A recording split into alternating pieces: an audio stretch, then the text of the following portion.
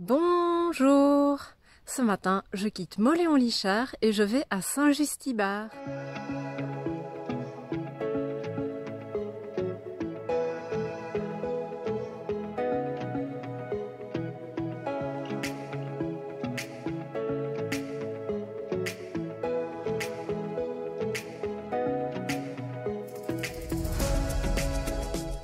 Avant de commencer, il faut que je vous raconte mes mésaventures de cette nuit. Sur le moment, c'était pas drôle, mais à raconter, je pense que ça va vous faire rire. Donc, hier, je vous ai dit que j'attendais un pèlerin ou une pèlerine pour la nuit. En fait, quand je suis allée à la mairie pour récupérer les clés, il y a une personne qui était déjà partie avec la clé. Et quand je suis arrivée au logement, c'était fermé à clé, il n'y avait personne. Donc la dame de la mairie a mis tout un truc en place pour venir m'apporter une clé de secours, etc. pour que je puisse rentrer, prendre ma douche, faire mes trucs normaux, quoi. Et au bout d'une heure, je vois arriver une mamie avec un énorme sac à dos et un énorme cabas à provisions.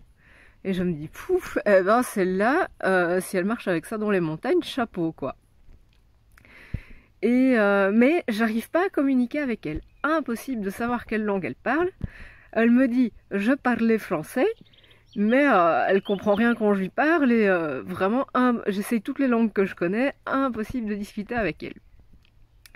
Bref, elle redescend et elle remonte avec une masta valise, mais vraiment, mon sac, qui est un gros sac, il est léger à côté de cette valise-là, quoi. Elle devait bien faire 20 kilos, un truc de malade.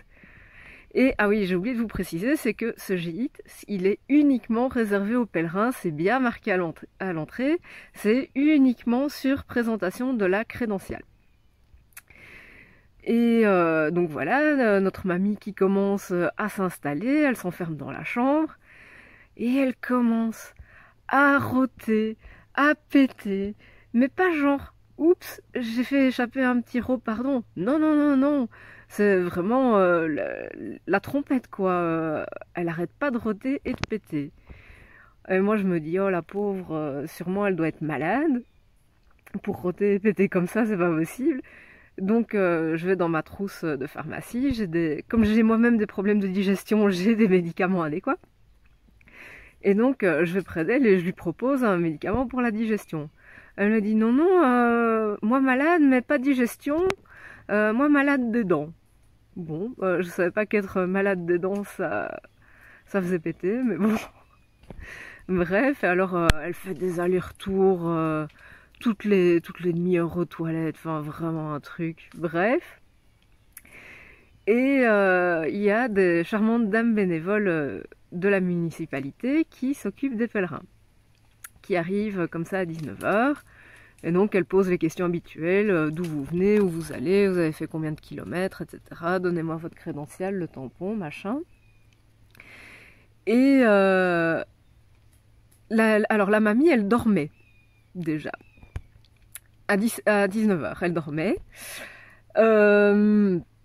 Bref, on la réveille, on la fait venir. Alors, vous étiez où hier? À Bayonne. Ah ouais, vous n'êtes pas venu à pied. Non, non, moi venu bus pas cher, bus 2 €. Ok. Et vous allez où demain? Et alors, elle élude la question. Et les dames lui disent, mais vous faites le pèlerinage vers Saint-Jacques-de-Compostelle? Et la mamie, oui, je fais le pèlerinage Saint-Jacques-de-Compostelle. Ok, et puis dans la discussion, elle finit par dire qu'elle va prendre le bus demain pour aller à Dax. Parce que tout le monde sait que quand on est à Bayonne, pour aller à Saint-Jacques-de-Compostelle, il faut traverser le Pays Basque et aller jusque Dax. Bref, vraiment la mamie pas très convaincante, quoi. Alors on lui parle du lendemain, qu'elle doit partir à une certaine heure, etc.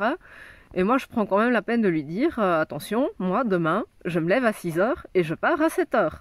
Il va y avoir du bruit. Et elle m'a dit, oui, ok. Et puis, elle retourne dans le lit, elle se remet à dormir. Donc moi, encore trop gentille, je pars discrètement, sans faire de bruit. Je vais manger à l'extérieur. je dois appeler ma famille, j'appelle ma famille de l'extérieur pour pas faire de bruit, pour pas la déranger. Je reviens discrètement, je me mets au lit. Et comme ça, vers 22h30, mamie se réveille, commence à farfouiller dans ses sacs, fait des allers-retours aux toilettes en faisant un bruit pas possible. J'étais pas joyeuse, mais bon. Après, je me dis, voilà, c'est la vie en communauté. Alors, je prends mes petits écouteurs, je mets un podcast et je m'endors avec du bruit dans les oreilles, quoi. Et là, ce matin, elle m'a gavé. Donc, je me lève à 6h, comme prévu. Je commence à ranger mes trucs. Genre, je sais pas moi, replier mon sac de couchage, faire mon sac, faire des trucs normaux pour une pèlerine. Et là, elle sort.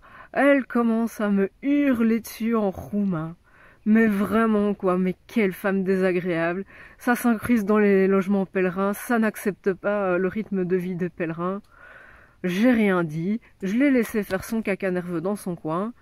Et alors j'ai pris Google Traduction et je lui ai laissé un petit mot bien senti en roumain avant de partir.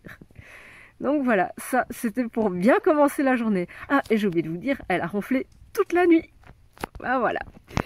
Et maintenant, je vais m'occuper de marcher ma grosse étape et je vous retrouve dans quelques instants après les images de la journée.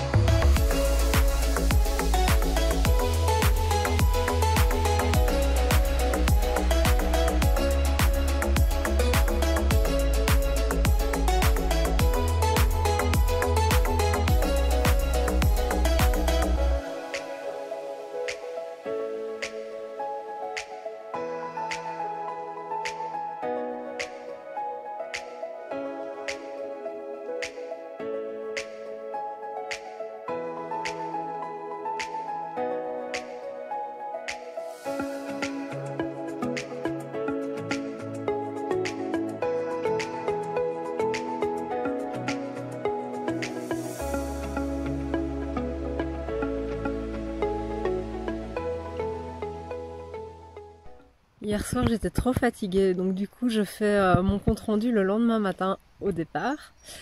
En fait hier j'ai marché 10 heures. Enfin non, j'ai pas marché de manière continue 10 heures, hein, j'ai fait des pauses, mais qu'est-ce qu'elle était dure cette étape. C'était encore pire que ce que je croyais. C'était une étape beaucoup dans des chemins de montagne avec des grosses montées et surtout des grosses descentes. Tout ce que j'ai monté, je l'ai descendu et la dernière descente, elle était vraiment raide. Je l'ai senti dans mes genoux, c'était horrible. Et en plus, il faisait pas beau, donc j'ai même pas pu profiter de la vue. Enfin, j'ai profité un petit peu, hein, c'était quand même très beau, mais bon. J'aurais préféré qu'il fasse un peu plus beau. Hier, c'était vraiment pas ma journée, hein. Déjà, il y avait eu Mamie Ronchon au matin. Ensuite, il y a ma poche à eau qui a explosé. En fait, les poches à eau, il y a un tuyau et le tuyau s'est détaché. Donc, il y a tout le contenu de ma poche à eau qui s'est déversé dans le fond du sac. Heureusement, c'était avant que je ne passe par un village. Donc, j'ai pu la, entre guillemets, réparer, enfin, refixer le tuyau et la re-remplir pour la journée. Sinon, j'aurais été mal. Et du coup, j'ai marché je sais pas combien de kilomètres avec un pantalon et des sous-vêtements détrempés parce qu'il y avait nulle part où j'aurais pu m'arrêter discrètement. Je me suis changée en plein milieu de la montagne, c'était épique. Après, ça a été mieux. Après, j'ai rencontré un gentil monsieur berger et en fait, c'était un endroit dans la montagne où le balisage n'était pas très clair. Et visiblement, le gars, il a l'habitude de tomber sur des pèlerins perdus, donc il m'a expliqué directement par où je devais passer. Du coup, pour une fois, moi, je ne me suis pas perdue, contrairement aux autres. Non, je déconne. Franchement, depuis que je suis partie, je ne me suis pas encore perdue. C'est une performance. Donc voilà. Et voilà, et en fait, j'ai pas mal discuté avec les gens dans les fonds de village et tout ça, donc c'était chouette. On m'avait dit que les Basques étaient des gens hyper fermés, bah, pas avec moi en tout cas. Et voilà, oui, par contre, le truc un peu moins chouette, c'est que hier, j'ai commencé à avoir à nouveau des petites douleurs dans les tendons dans la montée. Donc, pour la 10e étape, vous aurez la vidéo demain du coup, bah, je vais prévoir une étape plus courte pour me reposer un petit peu. Et alors pour ma soirée, bah, je vous la raconterai aussi dans la vidéo de demain pour garder un peu de suspense. Je vous dis donc à demain pour de nouvelles aventures.